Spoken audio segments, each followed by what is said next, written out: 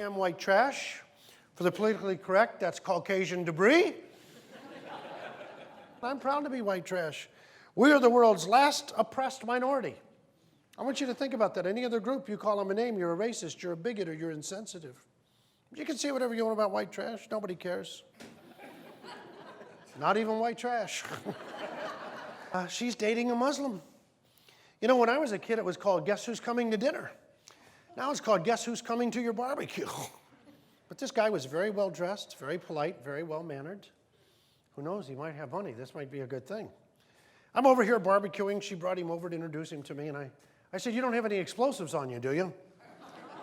I was trying to crack the ice. He didn't bat an eye. He said, no, I left him outside on the camel with the prayer rug and the turban. You got to love a guy like that. When he comes over the next time, I'm going to make some kebabs for him. Of course, I might have a few Hebrew national hot dogs too. Might as well have some fun. But they are going to make marijuana legal. You know that, don't you? They will make it legal because they want to tax it. Because they want to tax everything. They're going to tax the internet. Eventually, they'll tax sex. Trust me, they're going to tax sex. They're not going to get much money out of me, but it will happen.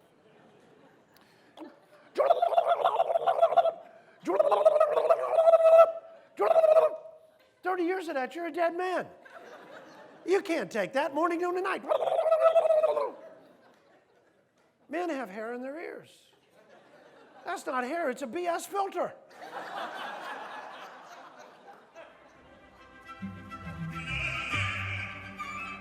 I've lived a life that's full. I've traveled each and every highway, but more, much more than this, I did it her way.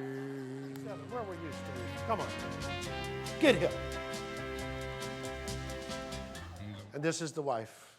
God bless her heart. What's your name, dear? No, I'm your girlfriend. Girlfriend? Well, you must have been together a while.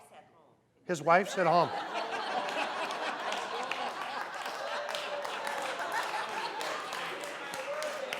I'm moving to this side of the barbecue. I am not going to get into all of that. This is Thelma. My wife works out of town.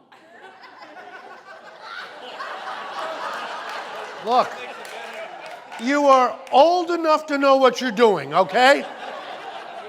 I'm just going to tell you, wear a condom. That's all I'm going to tell you. You have to be careful. I'm wearing one right now, I'll be honest with you. You can take no chances, okay? You're crazy. And I told Phyllis, you lock that cat in our bedroom right now. Because if that cat gets loose on that glue and that mouse, that's a real mess. You know, when I was a kid, we used to have comics on TV like Red Skelton. You remember Red Skelton? At the end of his show, he used to say, I hope we haven't offended anybody. Which today, every comedian seems to want to offend somebody, you know. And then he would say, may God bless. And I thought that was a real nice touch. May God bless. Now, I also like George Carlin. You remember George Carlin? And George used to do the 7 words you can't say on television. Those are the only words they can say on TV now. This is how life is getting so crazy. If you said God, you'd be in trouble. I don't know. Now, Jerry Lewis. Phyllis and I have already had an argument. She's angry at me because I didn't buy a tuxedo. I rented one. And she's really angry because I wore white socks. She said, a gentleman doesn't wear white socks with a tuxedo. I said, Phyllis, a gentleman is a guy that gets out of the shower to take a tinkle.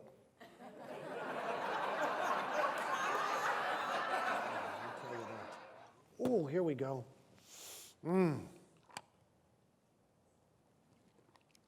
God, I wish that was real.